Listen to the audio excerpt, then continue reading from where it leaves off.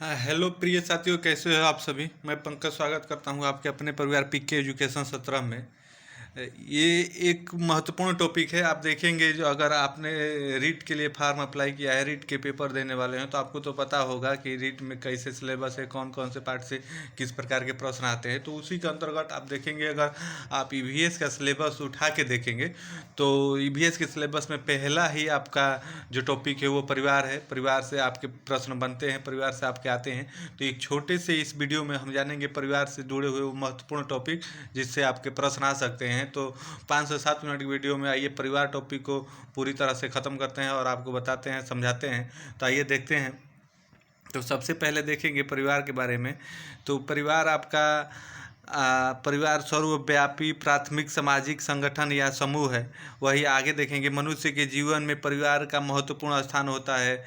किसी भी मनुष्य के जीवन में आप देखेंगे तो परिवार का एक महत्वपूर्ण स्थान होता है। वही बालक परिवार में ही जन्म लेता है तथा परिवार में ही उसका पालन पोषण होता है। परिवार ही उसे पारंपरिक एवं सामाजिक प्राणी बनाता है। अर्थात कहने का मतलब ये है कि परिवार ही उसे पारिवारिक, परिवार में आपको कैसे रहना है, समाज के बीच में आपको कैसे रहना है, ये परिवार के रूप पे, परिवार पे ही डिपेंड करता है। जैसा परिवार रहेगा वैसा बच्चा उस माहौल में ढल जाएगा, उसके हिसाब से अपने आप को एडजस्टमेंट कर लेगा। तो वही कहने का मतलब, वही आगे देखेंगे, जब बालक का जन्म होता है तो उस समय न तो वह सामाजिक प्राणी होता है और न ही असामाजिक प्राणी होता है।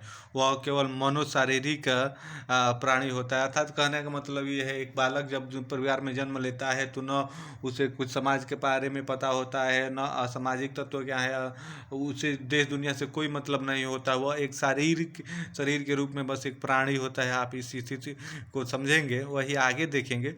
तो परिवार ही उसका देखभाल करता है। बालक जब छोटा रहता है तो परिवार की ही जिम्मेदारी होती है कि उसका देखभाल करे। परिवार समाज की एक महत्वपूर्ण इकाई होता है, क्योंकि परिवार ही एक बच्चे को बताता है कि आपको समाज में कैसे रहना है, क्या करना है। ये सब परिवार से ही देखने को मिलता है। तो ये महत्वपूर्ण एक इकाई होता है। वही आगे देखेंगे तो आपका समाजीकरण, संस्कृति के हस्तांतरण तथा सामाजिक नियंत्रण में परिवार की महत्वपूर्ण भूमिका होती है। वही समय परिवार की विशेषताएं की बात की जाए तो परिवार की आप विशेषताएं देखेंगे तो उसमें आपका आ जाएगा विवाह एवं यौन संबंध आ जाता है। वही प्रजनन आ जाता है आपका। वही आपका साझा निवास स्थान आ जाता है, जहाँ लोग मिलजुल के रहते हैं संयुक्त परिवार में। वही दीर्घकालीन समूह आ जाता है, लंबे समय तक यह चलता है। वही भावनात्मक आधार भी उसमें रहता है। सार्वभौमिक संगठन भी रहता है विशेषताओं में। वही देखेंगे तो परस्पर आर्थिक संबंध रहता है, एक दूसरे से जुड़ाव भी रहता है परिवार में।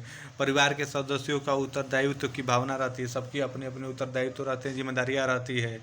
वही परिवार की व्यापकता रहती है, परिवार में व्यापकता भी होती है। वही सामाजिक संरचना में केंद्रीय स्थिति भी होती है। आप ये भी देखेंगे। वही आपको आगे बताएं परिवार के प्रकार। तो ये आपको तो पता है, परिवार एक दो प्रकार के होते हैं, एकल परिवार एवं संयुक्त परिवार। तो आइए पहले एकल परिवार के बारे में कुछ जानते हैं। महत्वपूर्ण टॉपिक कहाँ से आपके प्रश्न इसमें आ सकते हैं।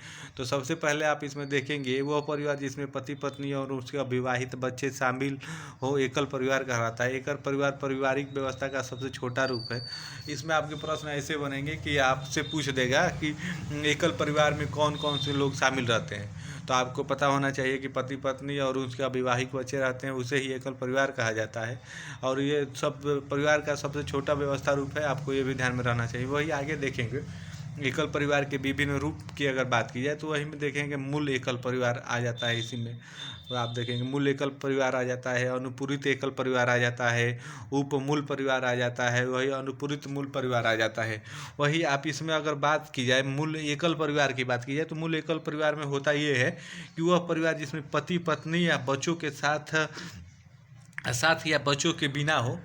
अर्थात आपका कहने का मतलब है वह परिवार जिसमें पति पत्नी हो, बच्चे साथ रहें या न रहे, उसे मूल एकल परिवार कहा जाता है। आप इस बात को भी ध्यान में रखेंगे। वही अनुपूरित एकल परिवार की बात की जाए तो इसमें आप देखेंगे कि वह परिवार जिसमें माता पिता व अविवाहित बच्चों के अतिरिक्त उनके एक या एक से अधिक अविवाहित तलाकशुदा विधुर विधवा संबंधित रहते हो, तो उसे आप देखेंगे कि अनुपूरित एकल परिवार कहा जाता है। आप इस बात को भी ध्यान में रखते हुए चलेंगे।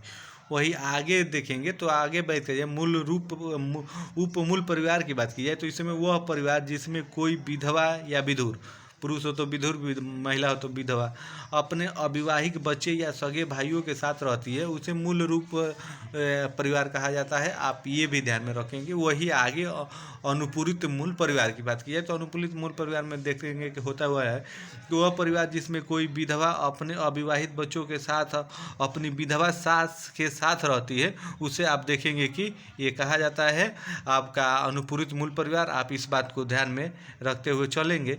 वही एकल परिवार के दोष की बात की जाए, इसमें दोष कौन से होते हैं, तो दोष की बात की जाए तो इसमें आप देखेंगे एकल परिवार में नौ विवाहित दंपति की ओर का सहारा नहीं होता है, उसमें सहारा देने के लिए कोई भी अनुभवी व्यक्ति उपलब्ध नहीं होता है। सही, जब एकल परिवार पति पत्नी ही रहेंगे तो उसमें बुजुर्ग आएंगे नहीं, तो आपको कोई गाइडलाइन मिलेगा नहीं, कोई सहारा मिलेगा नहीं, तो अपने मन से करना है तो कभी कभी गलत काम भी हो जाते हैं। इसलिए ये दोष हो जाता है। वही आगे बात करेंगे तो आगे देखेंगे आप दूसरे बिंदु में, तो एकल परिवार में ज़्यादातर बच्चे अकेले रहते हैं, ये भी सही है। माता पिता आगे देखेंगे तो वह माता पिता के अलावा अन्य पारिवारिक संबंधों के महत्व को नहीं जान पाते हैं तथा दादा दादी के लाड प्यार से भी वंचित रहते हैं।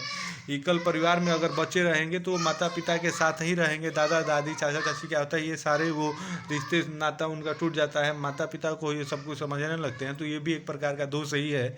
वही आगे देखेंगे तो जब माता पिता दोनों ही कामकाजी हो, अगर माता पिता मम्मी पापा दोनों काम करने वाले हो तो उस स्थिति में देखभाल और कोई नहीं कर पाता है। ये एक महत्वपूर्ण इसका दोष है जो काफ़ी बच्चे इसके साइड इफेक्ट के शिकार हो जाते हैं। वही आगे देखेंगे तो बुरे समय में परिवार के कोई आर्थिक व भावनात्मक सहारा नहीं मिल पाता।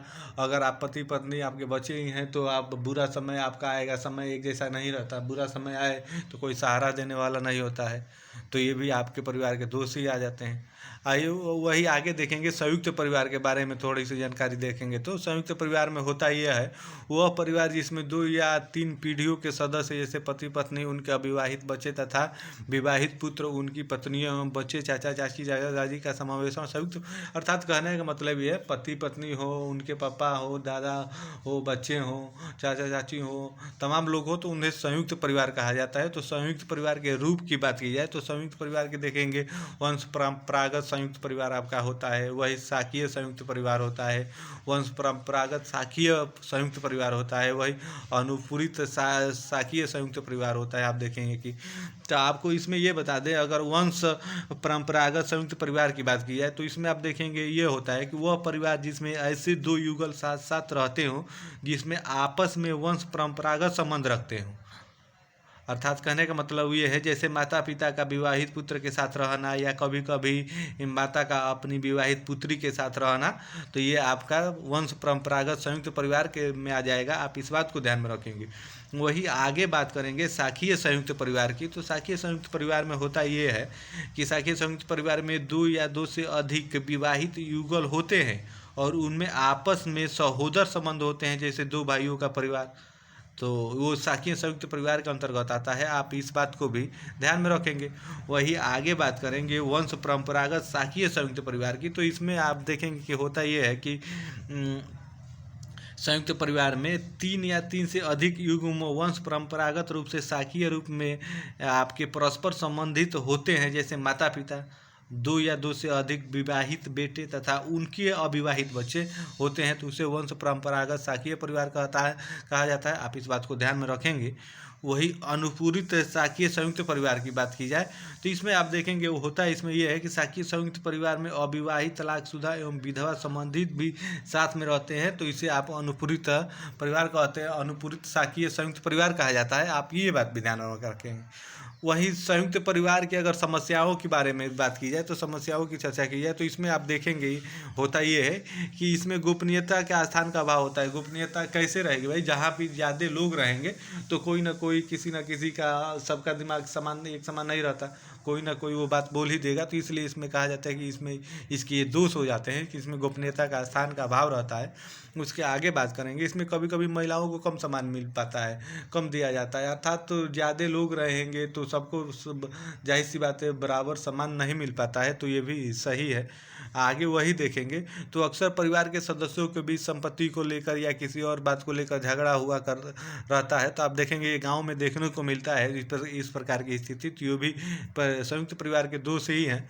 वही आगे देखेंगे कुछ महिलाओं को घर का सारा कार्य करना पड़ता है, अपने व्यक्तित्व निखारने के लिए बहुत कम समय मिल पाता है। अर्थात कहने का मतलब ये कुछ कुछ महिलाएं होती है जिन्हें सारा दिन भर काम करना पड़ता है, अगर वो पढ़ना भी चाहें, कुछ अलग करना भी चाहें तो समय नहीं मिल पाता, जिसके अभाव में वो अपने व्यक्तित्व को निखार नहीं पाती हैं। तो वही संयुक्त परिवार व्यक्तित्व के विकास के लिए स्वतंत्र अवसर का अभाव होता है, बात भी सही है। वही कहने का मतलब है संयुक्त परिवार रहेगा तो उसमें व्यक्तित्व के निखार के लिए आपको कभी सबको समय नहीं मिल पाता है। उसके आगे देखेंगे तो अगला पॉइंट है, इसमें आवश्यकता पूरी होने रहने के कारण अधिकांश परिवार के सदस्य आलसी हो जाते हैं। ये भी सही पॉइंट है।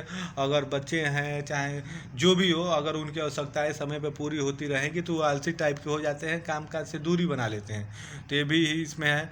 उसके बाद इसमें कठोर नियंत्रण होते हैं। कठोर नियंत्रण सब एक दूसरे से बंधे होते हैं कि आपको यही करना है, ये नहीं करना है। तो ये आपके लिए भी ये भी महत्वपूर्ण है। तो ये थे, आप देखेंगे परिवार से संबंधित महत्वपूर्ण टॉपिक। आप देखेंगे रीट लेवल 1 की बात की जाए तो इतने में से ही आपका पेपर प्रश्न आपके इस टॉपिक के अंतर्गत पूछे जाएंगे। इसके बाहर, इस टॉपिक से बाहर कुछ नहीं पूछा जाएगा। तो एक टॉपिक में हमने आपको एक प्रश्न कंफर्म कराने की कोशिश की है, तो इसके बाहर कुछ नहीं आएगा। अगर आप बढ़िया से इसको समझ लेते हैं तो ये इतना आपके परिवार टॉपिक से काफ़ी है। तो उम्मीद है आपको ये वीडियो पसंद आई होगी। अगर वीडियो पसंद आई हो तो प्लीज़ वीडियो को लाइक करिएगा और हमारे चैनल पीके एजुकेशन 17 को सब्सक्राइब करिएगा कि ताकि ऐसी वीडियो आपको मिलती रहे। आप सभी को धन्यवाद। जय हिंद।